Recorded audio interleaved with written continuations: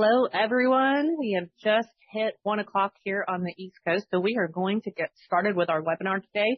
Thank you so much for joining us. Again, you are joining us for the tariff relief for DoD contractors and subs. We're going to be explaining DCMA duty-free and how those entries work. So we hope you are ready for lots of valuable information that will support you in those efforts. My name is Samantha Hurst. I will be your host today and mostly just supporting here in the background. Should you have any technical difficulties or questions, you are welcome to reach out to me directly via the email that you received when you got confirmation of attending this webinar. So we're going to go over a few housekeeping items before we get started today. So we can go to the next slide. For those of you that have joined us in the past, you will be well aware of how these typically go, but I'm sure we have many new faces or attendees here. I can't see your faces, but many of you attending us this webinar for the first time. So we have 45 minutes of content today with a Q&A section that will follow. And we do encourage that you drop your questions into the Q&A box that you should see on your settings panel at any point during today's webinar. And we will do our best to get those answered either throughout or at the end during that session. One of the first questions that we always get, of course, is how do I receive the slides and the recording and any other additional materials that might be provided? We are going to make sure to take care of you. We do ask that you complete a quick feedback survey that will come via email from myself, and that typically will reach your inbox within no more than about 2 hours of today's event wrapping up.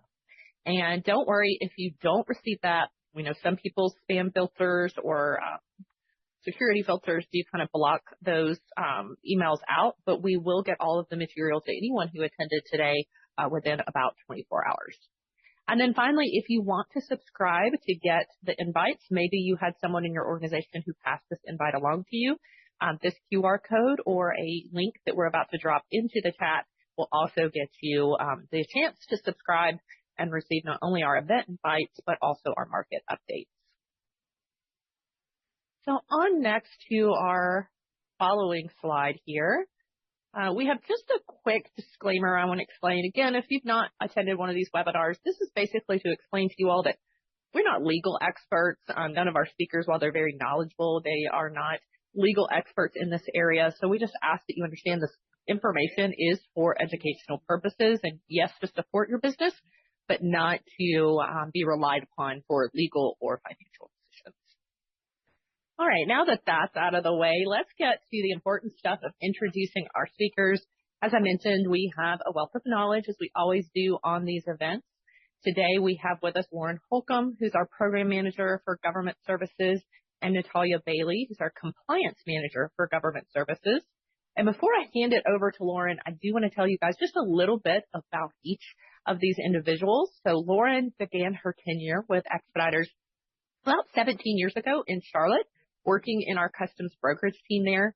And after about 8 years, she relocated to Atlanta, where she took on a regional role that eventually led to her kind of furthering her concentration in compliance. And she currently serves as our program manager for government services, as I mentioned, and is based in Dallas. And in this capacity, she's responsible for overseeing regulatory and operational compliance for the government contracts.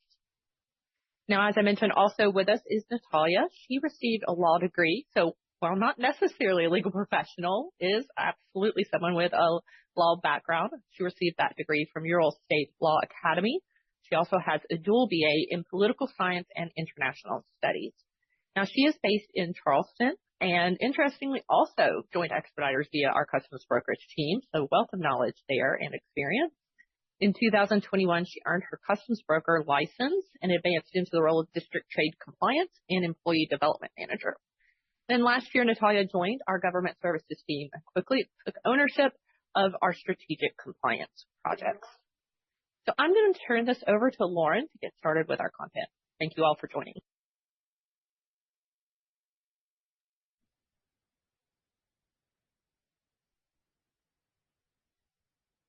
Thanks, Samantha, and thank you all for taking the time to join this webinar today. We hope you find it useful.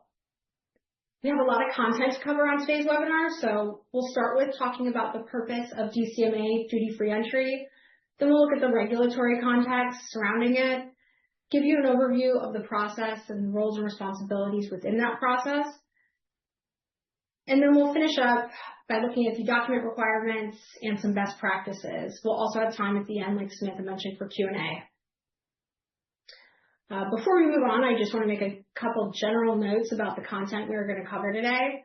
We are only covering the duty-free entry process for the Department of Defense. Other agencies like the Department of Energy or NASA have their own duty-free entry process and requirements, and we won't be covering those on this webinar. Also, we at Expeditors do not have a contract with the DoD for the procurement of goods or services because that's not what we do.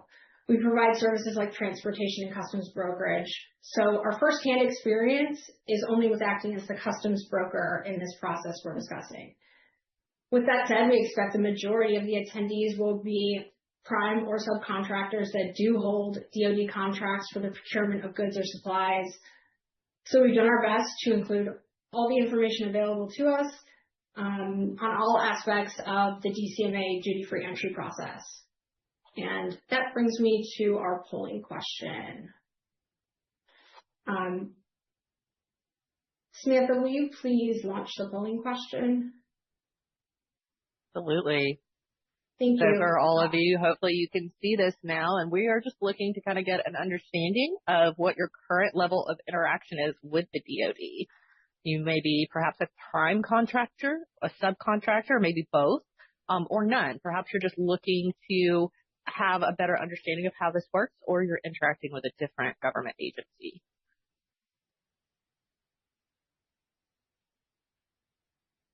We'll give it just a little bit longer. Looks like we have about 55% of you who have participated so far. So give it another 15 seconds or so.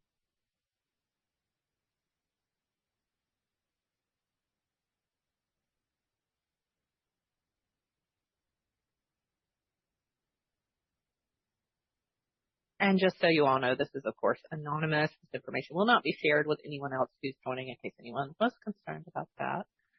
We cannot see individual responses here, but I will end the poll here in just a second. Looks like, okay, we hit that 65% mark. That's what I was aiming for. I'm going to end the poll and share the results. We do have quite a mix, it looks like. There you go, Lauren. Hopefully you can see that. Okay, great. It looks like, yeah, we've got a good mix of both primes and subs, and then some acting maybe with other government agencies or looking to get into DoD contracting. So I'll go ahead and get started. As many of you know, with the tariff increases over the past year, importers are looking for available opportunities to reduce those additional costs. For DoD contractors, the DCMA duty-free entry has an established process and a feasible path towards major cost savings. Let's start with defining DCMA duty-free entry. It allows certain goods imported under DoD contracts to enter the U.S. Customs territory without paying customs duty. This exemption is governed by the Federal Acquisition Regulations, or FAR, and the Defense Federal Acquisition Regulations Supplement, DFARS.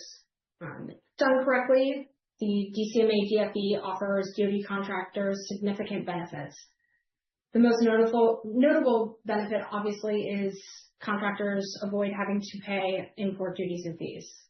And that, in turn, allows them to offer more competitive pricing and helps to ensure timely delivery of mission-critical goods. So let's take a look at that DFARS that applies to this process. DFARS 252.225-7013 is the duty-free entry clause. It was designed to prevent contractors and their suppliers from incurring unnecessary duties on goods purchased specifically for incorporation into end items delivered to the DoD. If defense contractors want to take advantage of duty-free entry benefits, they would have to ensure that this clause is included in their contract. Within the clause, there are instructions for how to claim duty-free entry. Contractors can also find the requirements for the shipping documents and customs forms. It also spells out what information should be provided to the contracting officer. And this is specifically where you can find the information you need to provide in that duty-free entitlement request. And lastly, the clause also instructs on how to flow down the duty-free treatment to subcontractors or lower tier subcontractors. I think it's important to stop here for a second and reiterate the fact that the DFARS clause 252.225/7013 must be included in your contract in order to be eligible for this process. Another note worth mentioning, the DoD recently issued a memorandum that instructs contracting officers to include the duty-free entry clause in all existing and future contracts where duty-free entry may be applicable. Now let's review what materials might be eligible. So in order for the materials to be eligible, first, contractors need to ensure the duty was not included in the contract price for the items seeking duty-free entry. Once that's confirmed, DFE can potentially apply to end items that are eligible products or qualifying end products. For the sake of time, we're not going to go into the definitions of qualifying country and qualifying country end product, but you can refer to DFARS clause 252.225-7001, the Buy American and Balance of Payments Program clause, and that's where you can find that information.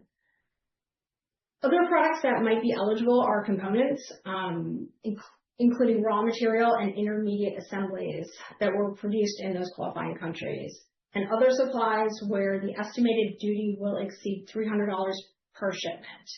That $300 threshold was determined to be the administrative cost with processing duty-free entries. So if the total duty amount is less than that, they deemed it not worth the administrative cost. I also want to mention that questions about which materials are eligible under duty-free entry should be directed to the procuring contracting officer, also known as the PCO. The PCO is the contracting officer with the agency or department of the DoD that issued the contract. I'm only calling this out because there's also an administrative contracting officer, or ACO, who's involved with processing these duty-free entries. And they may or may not be from the same agency that issued that contract. And I'll get into more detail on this in a later slide.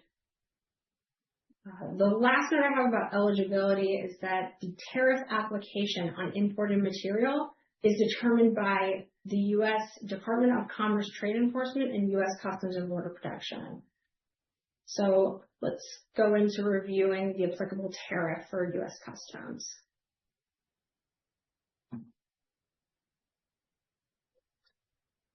So just a quick recap of the information we just covered. Once you confirm that your contract contains the duty-free entry clause, the cost of the duty for the DFE materials is not included in the contract, and the materials are deemed eligible based on the criteria we just reviewed.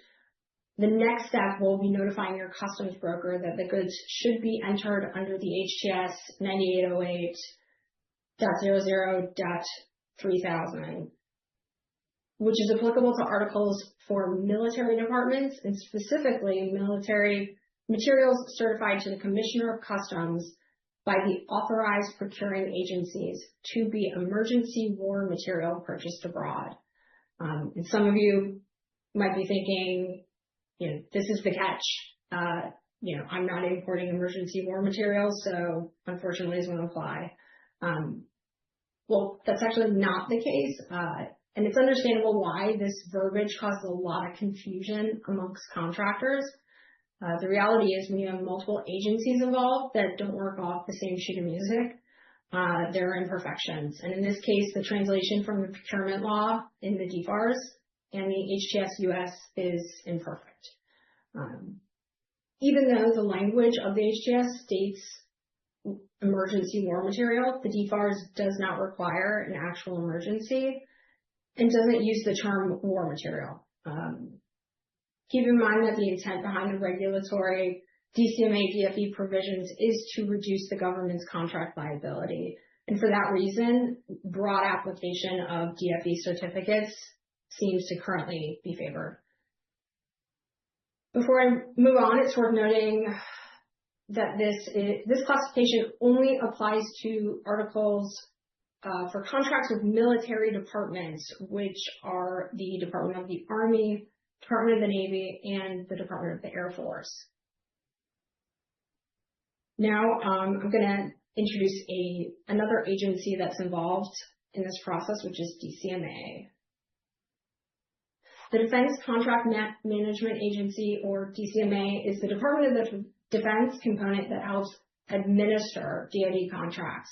It works directly with defense suppliers to ensure that DoD federal and allied government supplies and services are delivered on time within the U.S. Customs territory. Within that DCMA structure, the transportation team, which is responsible for the management of the movement of materials for DoD contracts. And then further within that DCMA transportation team is a team, the DCMA duty-free entry team. And it's an extremely small team, only 5 or 6 people, and they are responsible for reviewing and approving all duty-free entry certificates, which is roughly 30,000 a year, so they're extremely efficient. Now that we covered the agencies involved, we'll take a look at the entry requirements. For goods to be exempt from import duties, duty-free certification is required. The certification is provided directly by the DCMA Transportation Duty-Free Entry Team. If you are the importer, as long as you have an active defense contract when the goods are imported that contains the DFARS clause 252.225-7030, both prime contractors and any of their lower tier subcontractors can be granted duty-free entry. Also, please note that even though the DFE certificates are not required for the cargo release, they must be uploaded to the Customs ACE document imaging system, or referred to as DIS, within 6 months after the day of entry. After that certificate's uploaded into DIS, U.S. Customs will review it against the entry summary information for the goods that you're claiming the duty-free entry status on. And if everything looks correct, Customs will liquidate the entry with no duties assessed against it. And we'll get into this in a future slide in more detail. Okay, so now we're going to move into the actual process for these entries, starting with the 2 different types. So it's important to point out that there's a significant difference between the DCMA duty-free entry process consigned to commercial entities versus consigned to military installations. With shipments for commercial companies, Customs entry type 01, or consumption entry, must be filed, and the broker transmits the entry summary to Customs electronically, just like most other entries today. But before the Customs entry is filed, the prime contractor must submit a DFE entitlement request through the Procurement Integrated Enterprise Environment, which is typically goes by PIE, PIE, where they also include the appropriate customs broker information. So in that entitlement request is a field to enter who your broker is, and then a specific email address that you want to be used for their notification. Once that entitlement request is approved by the contracting officer, the customs broker receives a tokenized email and follows the included link in that email to the DFE certificate module, where they submit the certificate request after the customs entry has already been cleared. So I know there's a lot of confusion around that, but after it's already been released is when that certificate needs to be created, because there's information from that customs entry that needs to be provided in that certificate request. After the DCMA DFE team approves and issues that certificate, they will notify the customs broker, who will need to upload that certificate to the customs DIS platform no later than 6 months after the entry. So taking a quick look at the military consigned shipments, it's much different. In this case, the entry type is a 51, and there is no electronic submission from a broker to customs. The prime contractor also does not need to submit a duty-free entitlement request in PI, and therefore the broker also never receives the tokenized email and doesn't request a certificate. Instead, the broker submits the shipping documentation to the customs at the port of arrival, who then assigns a P99 entry number and releases the cargo. Please note here too that the procedures and document requirements vary based on the specific port. After conducting the review, after the cargo is released, then customs forwards all of that documentation that they received to the DCMA DFE team directly. And after that team reviews the documentation, they complete that 7501 form and issue the DFE certificate directly to customs. As you can see, this process is still very manual, and for that reason, the best practice would be to notify your customs broker of that anticipated DCMA DFE shipment that's consigned to the military installation as soon as possible to help avoid any unnecessary delays with that cargo. As a customs broker, we currently see far more DCMA DFE entries consigned to commercial entities rather than the military. And for this reason, in the remainder of our webinar, we'll focus more on the process for those specifically commercial shipments.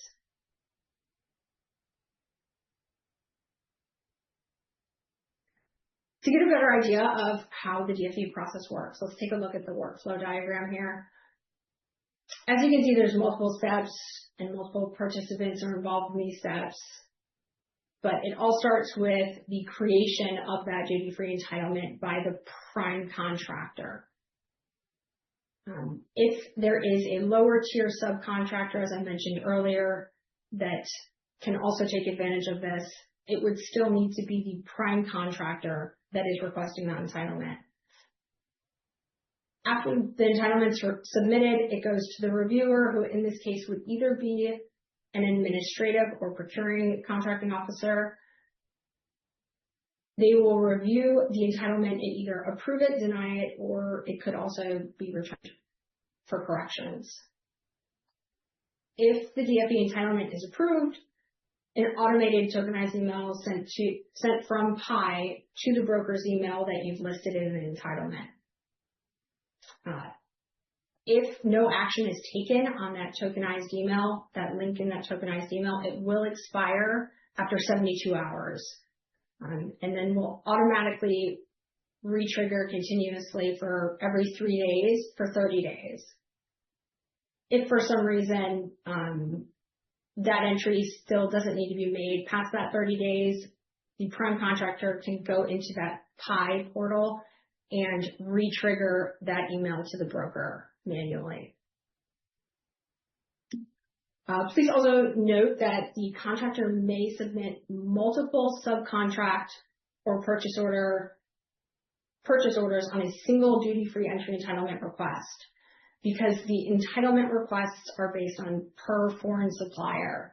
So I know we get that question a lot, like, is it one entitlement per customs entry? And no, that's not the case, because it's based on the foreign supplier.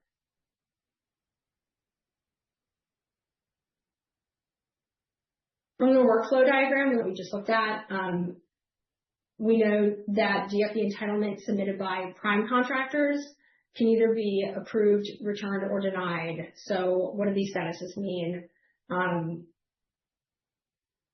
When the entitlement status is updated, it ultimately means that the entitlement request has been reviewed by the contracting officer. And then when the status changes to approved, it tells us that the contracting officer did not see any issues with the request. And once it goes into that approved status, like I said, that triggers the tokenized email to the customs broker. If the entitlement was returned, it means there's some issue with the request that prevented the contracting officer from approving it. In this case, the contractor is allowed to access that original request, make those appropriate modifications, and then resubmit it. Most common reasons for return entitlements, as cited by DCMA, are the incorrect total contract dollar value, the incorrect contract expiration date, or the contract type. And then finally, the last status, if it's updated to denied, it signifies that the entitlement request had some fundamental issues that could not be fixed. If the entitlement request was denied, it typically means the contractor would have to go back in and create a new entitlement request. There could be various reasons for denials. For example, if it turns out that the contract does not contain that duty-free entry clause. And in this case, the contractor can actually reach out to their contracting officer and request a contract modification before submitting another duty-free entry entitlement request. Other reasons for denials are situations when the period of contract performance has already expired, incorrect contract delivery order was listed, or the PO number was erroneously listed in the contract number block, as well as incorrect cage codes used. And they'll also be denied if it's a duplicate request.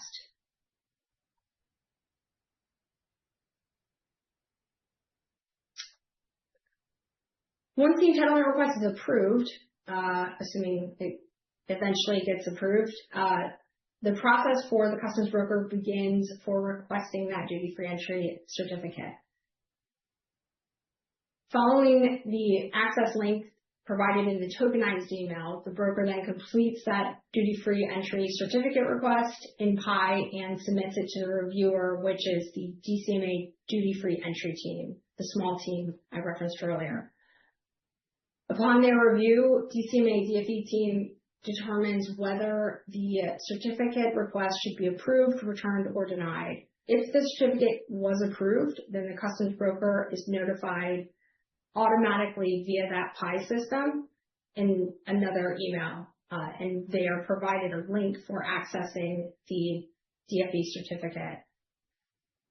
As I mentioned earlier, the broker must upload the duty-free certificate to Customs ACE DIS platform within 6 months of the date of import for the entry to liquidate duty-free.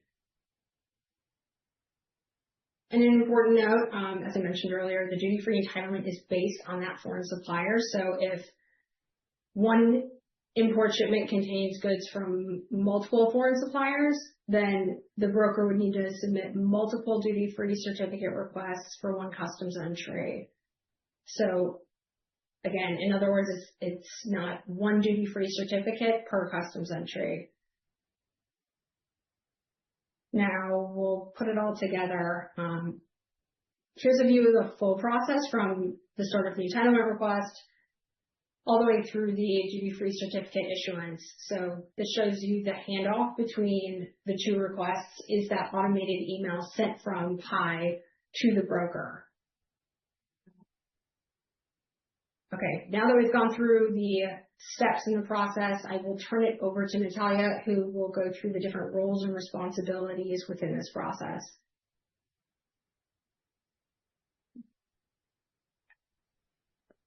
Thank you, Lauren. We will start with the prime contractor, which is the party who typically claims the duty-free entry for eligible supplies that will be delivered under the contract. A necessary condition here is that the tariffs cannot be included in the contract price. In order to submit the duty-free entry claim, the contractor would need to register as a vendor in the PI platform and follow the process for the entitlement request that we have just reviewed.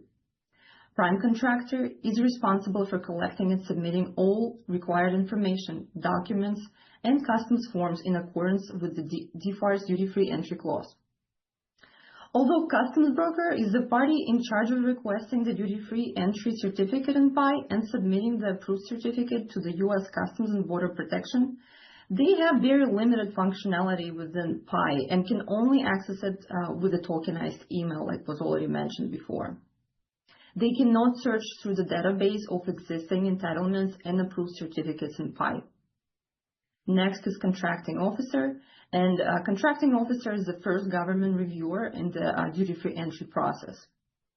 Within 20 days after they receive a notification of the submitted entitlement request, they review it against the contract, and it is the contracting officer who determines whether the performance of the contract requires the foreign supplies identified in the entitlement. Second level government reviewer is DCMA Transportation Duty-Free Entry Team. While they are not involved in entitlement request reviews and approvals, they will review duty-free entry certificate requests submitted by brokers for completeness and accuracy based on provided documentation. We will review documents required by DCMA in more detail on one of the next slides.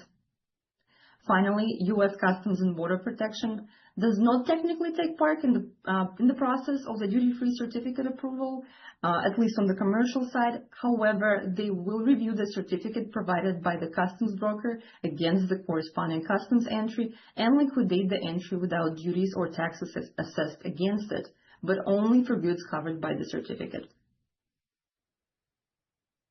Next slide, please. Thank you. We will now cover broker assignment in PI. Like I said, customs brokers have very limited functionality within the PI platform.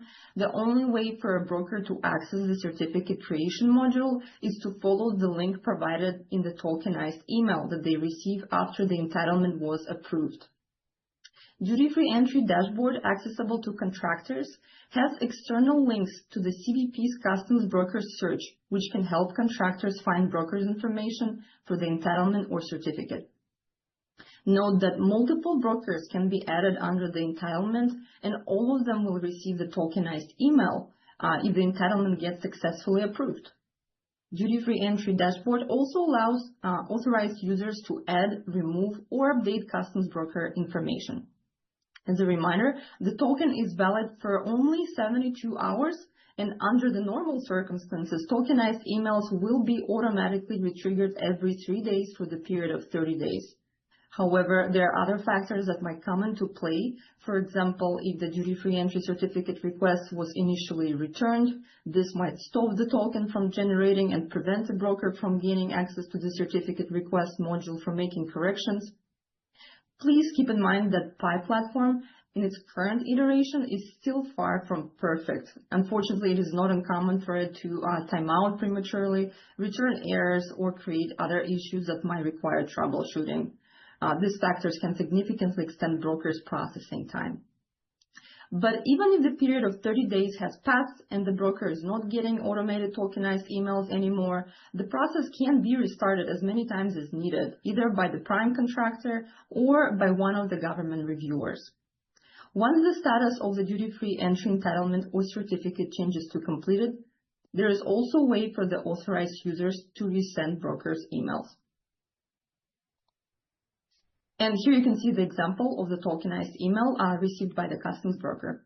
Note that it contains the PI access link, the entitlement number, which we did hide on the slides for confidentiality reasons, and a reminder that the PI access link will expire within the 72 hours. I will now talk about some general considerations that contractors should keep in mind when dealing with DCMA duty-free imports. Contractors do have certain reporting capabilities within the PI platform and can search through entitlements and certificates that were filed in the past.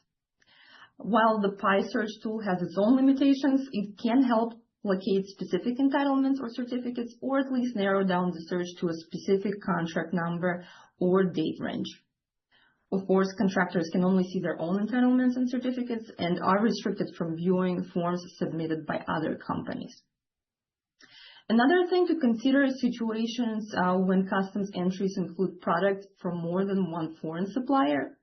Since each entitlement can only be filed for one specific foreign supplier, as Lauren already mentioned, it might be the case that there will be multiple entitlements and therefore certificates associated with a single customs entry. Another scenario involving multiple certificates per customs entry is when goods are imported under multiple active contracts. These scenarios have their own nuances and can significantly complicate processing, not only for the broker, but also for the DCMA reviewing team. We recommend that you take this into consideration and try to only include goods associated with a single contract and entitlement per entry if possible. Timing is another important factor, and before goods are even imported to the United States, companies desiring to take advantage of the DCMA duty-free entry provisions would have to ensure that there is an approved duty-free entry entitlement, so that the certificate request process can start right away after the importation. Timing is also an essential factor in the context of the certificate request and issuance, since U.S. Customs and Border Protection set the 6-month time frame for duty-free certificates to be uploaded to their DIS system. Since the demand for these certificates is currently on the rise, as you can imagine, processing times might vary, and sometimes it takes a good couple of months for the certificates to be reviewed and approved by DCMA. If by the 6-month mark the certificate was not provided to Customs, they will liquidate the entry with duties and fees assessed against it at a regular duty rate. Finally, to reiterate what was already mentioned earlier, only prime contractor can submit entitlements in PI. And if your company is a prime, you would have to create entitlements for your subcontractors. If your company is a sub, you must ensure that your prime provides you with a reliable and responsive point of contact to communicate over the duty-free entry entitlement and or certificate creation. We will now review these two scenarios, the process from the standpoints of a prime contractor and a subcontractor, in more detail. In this first scenario, it is the prime contractor who acts as an importer of record in the import transaction. This process is rather straightforward and follows the duty-free entry workflow that Lauren covered earlier in this webinar. The contractor creates the entitlement in PI, listing their customs broker as the assigned broker. They would also advise their broker the entitlement number corresponding with a specific shipment. Once the entitlement is approved by, the broker receives a PI token link to request the certificate.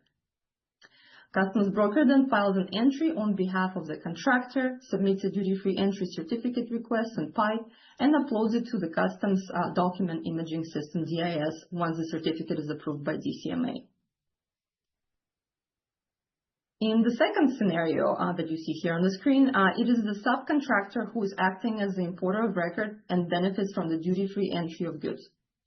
Please note that in this scenario, subcontractor does not have direct access to the PI platform.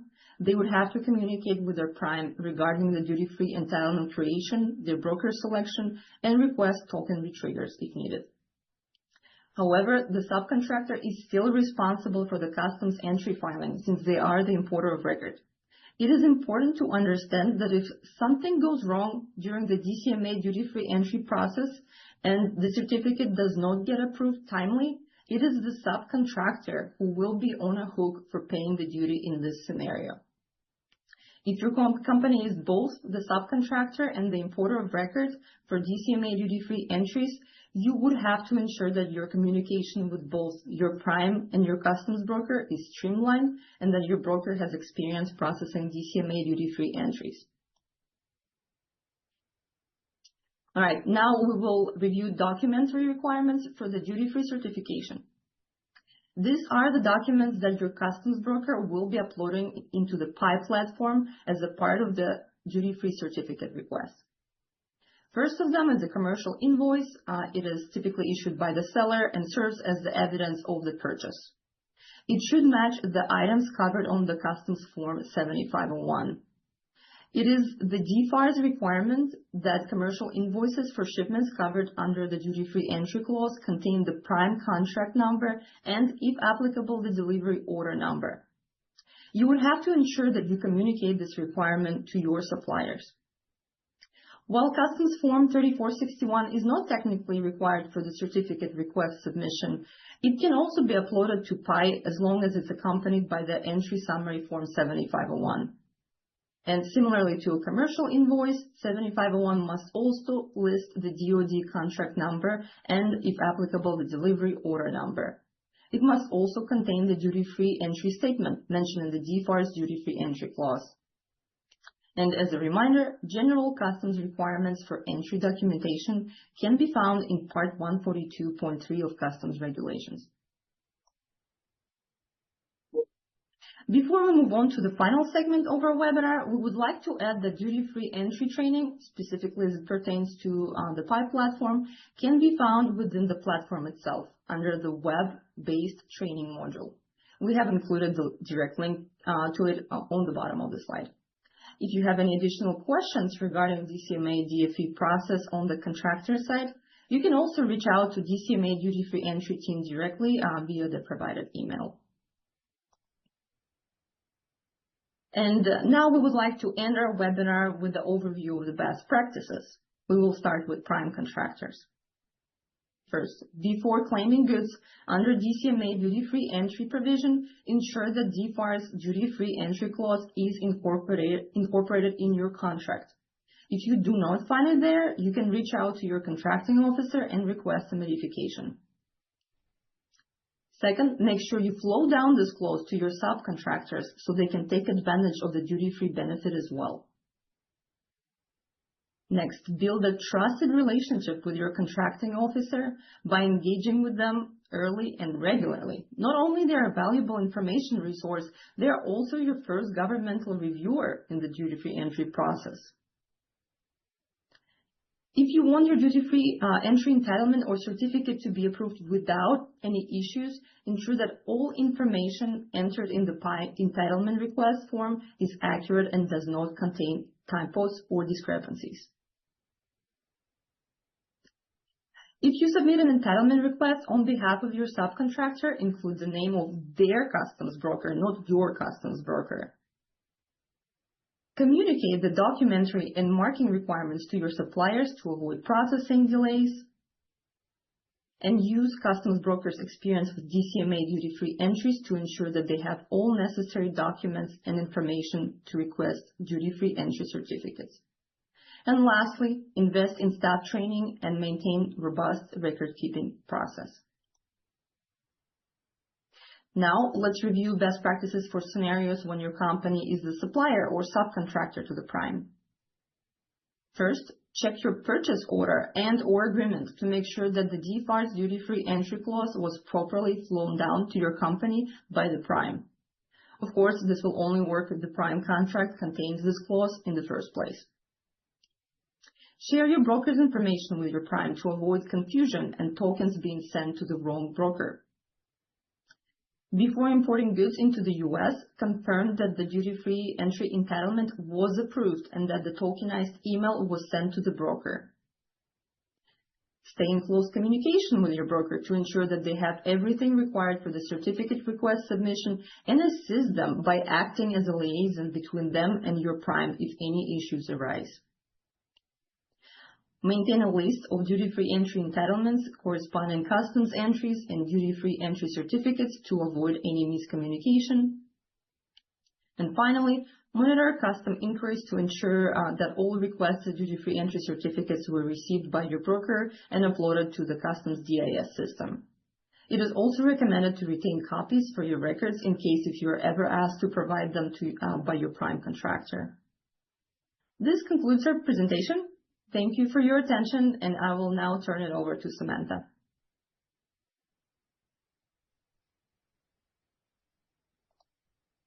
Good.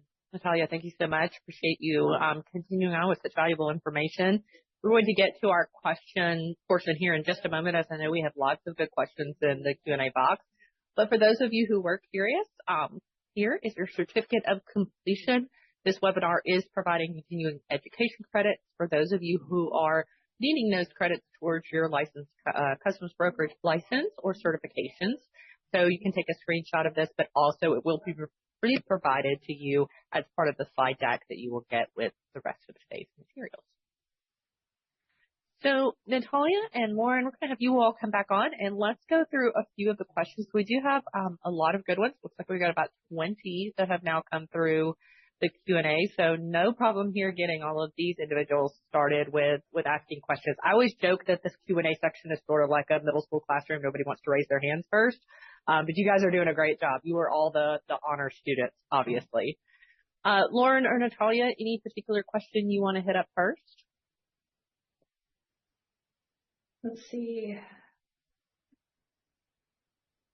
We had one. Oh, go ahead. I was going to say, can DFE be used on shipments with commercial and government products? We get this question a lot, and the answer is yes. As long as the supplies purchased by the government are not identical in nature to the supplies sold to commercial customers, and it's feasible for the contractor to account for the differences in those supplies, then you are able to claim duty-free entry on a shipment that contains both commercial and government supplies. Okay, great. I'm sure that's definitely important to know, as I'm sure many shipments often probably contain materials for both. We had another question that came in related to FTZs, I believe, and whether or not DCMA, DFE can be claimed on those withdrawals. And I can take this one. Yes, the answer is yes. It can be claimed for FTZ withdrawals. There are some nuances to it, of course, but it is possible. We don't see that many of these entries, but yeah. Absolutely something that can be great.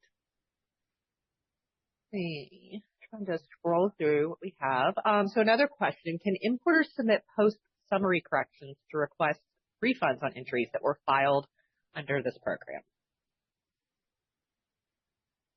I can take this one as well. The answer is also yes. You can submit a post-summary correction, but there are few different scenarios that would have to be considered. I don't want to go into detail on each one of them. It's more of a, one-on-one conversation with the customer at this point. But what matters here is the timeliness of this process. You can see that there are a lot of different deadlines, and we have a very limited liquidation period for these entries. It's only 6 months. So we technically can submit post-summary corrections before that timeline expires. There's an option of submitting a 514 protest after the liquidation, but customs advise that you can only do it within the 90-day time frame in order for entry to reliquidate. Good to know. We had another question, just I guess as a point of clarification on entitlement creation. This particular person commented, goodness, sorry, my question just moved. This particular person commented that the entitlement can be requested and approved after importing goods, since you need the entry summary for the DFE entitlement request. I don't know if you all see that one, if I read that properly. So the question is, if the entitlement request requires entry information? I think they're asking if we have, if we can clarify the timing of the entitlement creation, when that would occur. So the entitlement creation should occur as soon as possible. So as soon as that purchase order is placed with your supplier, that's when you should notify your contracting officer of that entitlement request. So, yeah, ideally it would happen far before the actual import took place. Okay, thank you. I think that helps to clarify that.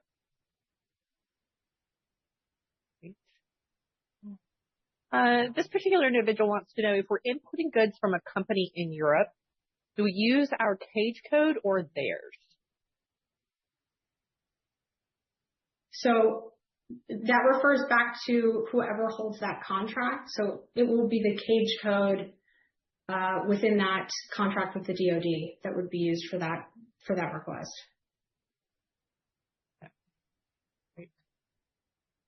Staying on foreign suppliers, what if the foreign supplier ships 2 or more partials on a contract?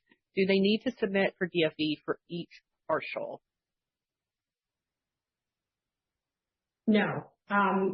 You can include multiple partials, I guess, in one request, as long as it's from the same foreign supplier. So those requests go based on the foreign supplier, and you can list all of the supplies and POs associated with that foreign supplier, and it doesn't necessarily have to be specific to one shipment. Let's see. This individual's typical duty is 3.5%, which is, okay, I guess they were asking if we were going to discuss tariffs, because then they say which are almost 50% of our cost. I'm sorry, I'm not really clear now that I'm reading that out loud, the question. So if you can clarify your question, we'll come back around to it. The next one, what about LTSAs, where not all of the goods being imported may end up being consumed there will be some leftover the supplier may want to sell to someone else. So they want the tariff exemption, but cannot allow suppliers to sell goods to someone else that were brought in under our DFE. I guess, is that correct? Yes. Short answer, yes. Thank you. Hey, Lauren, here's a question for you. What if I'm a flow down subcontractor of a subcontractor? Do I have to go to the prime contractor? If so, what PO is listed? The primary contractor's PO to the subcontract, or the subcontractor's PO to me? That's a good question. So typically a lower tier subcontractor will work with whoever their previous tier contractor is. So if you're the second tier, then you typically would work with your subcontractor, and they would hold a relationship with the prime. And in that case, you just have another party involved in communicating that. The PO is specific to the contract, the prime contract. So it would, unless the same PO carried through, it would be not your specific PO listed. Thank you. Next question. How realistic is it for a government contractor that doesn't have a dedicated inventory, for that matter, to take advantage of this remedy? How would we decide it, and would there be any requirements besides the certificate, such as inventory data? I can try to take this one.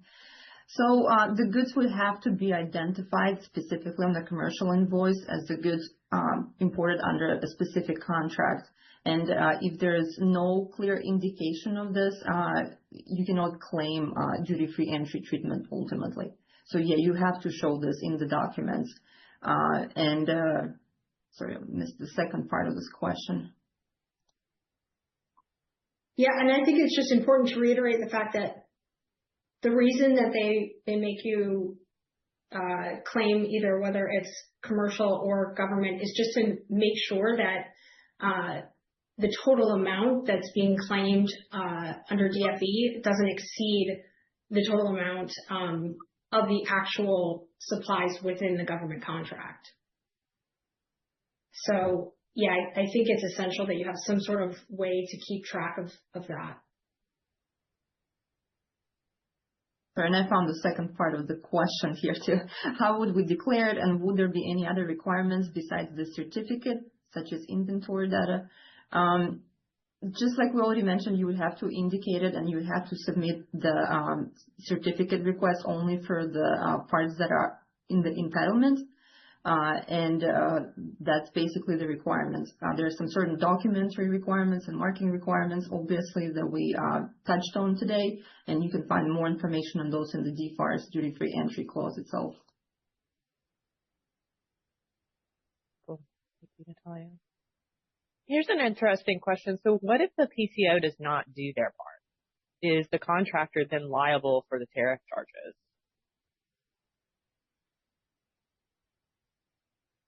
So they have 20 days from the time the request is submitted, the entitlement request is submitted to review it. So I don't know that it happens all that often, but ultimately, if that duty-free certificate isn't issued and uploaded to DIS within 6 months of entry, then it's going to liquidate with duties.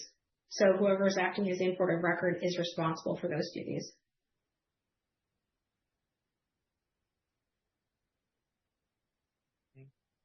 Good point of clarification there, for sure. Lauren or Natalia, here's a question for you. If we have PI access, but we're not the prime on the contract, and we have the information for the contract, then can we file for DFE?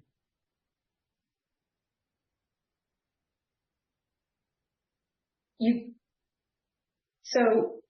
can, in the PI system, I believe you can actually physically do it, but according to the DCMA team, it is the prime contractor that is responsible for filing that entitlement request on behalf of their subcontractor.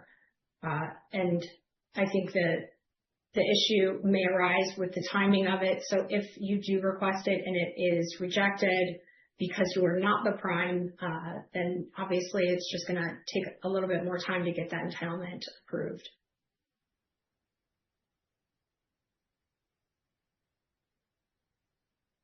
We have about 4 more minutes left, and so the voice that we did not introduce, Ted Lucas, has been helping us weed through questions. So Ted, I appreciate that with your expertise working with our government services team. Do you see any others that we really want to try to get to? And those of you that questions we are not able to get to in the next 4 minutes, don't worry. We will do our best to take those. We can pull a report and make sure that we go through and get back in touch with you all to try to get those questions answered. Yeah. So Ted, any you see that we should definitely hit? Yes. Can you claim duty-free entry for shipments held in the U.S. in an FTZ or bonded warehouse? We already discussed the FTZ scenario, so it is possible. Bonded warehouse, we haven't seen any of this entry so far, but that would be a good question for the DCMA duty-free entry team for sure.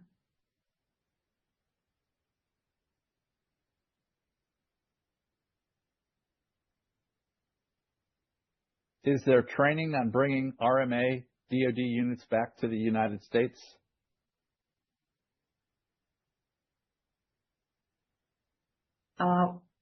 Not sure I'm familiar with this, but if you're specifically asking about training for DCMA duty-free entry process, like we mentioned, that there's some training materials on the PI platform itself, and they're pretty useful. Some of them are step-by-step walkthroughs.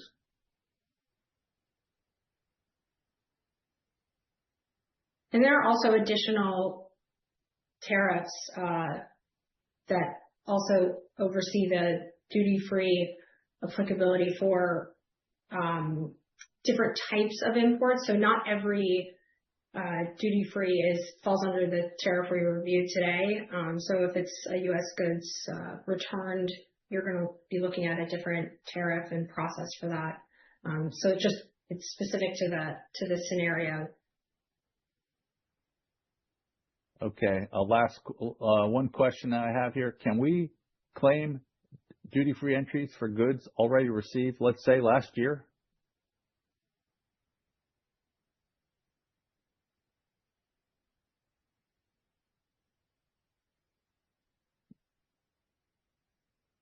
If the goods have already been received, then that entry has already been filed without that duty-free entitlement being approved and then the certificate being created. So at that point, you're past that 60-day window to upload the duty-free certificate into DIS. With that said, we know that there are different circumstances that take place. So I think it likely depends on your specific scenario, but it's the overall answer would be no, you can't claim duty-free entry status at this point.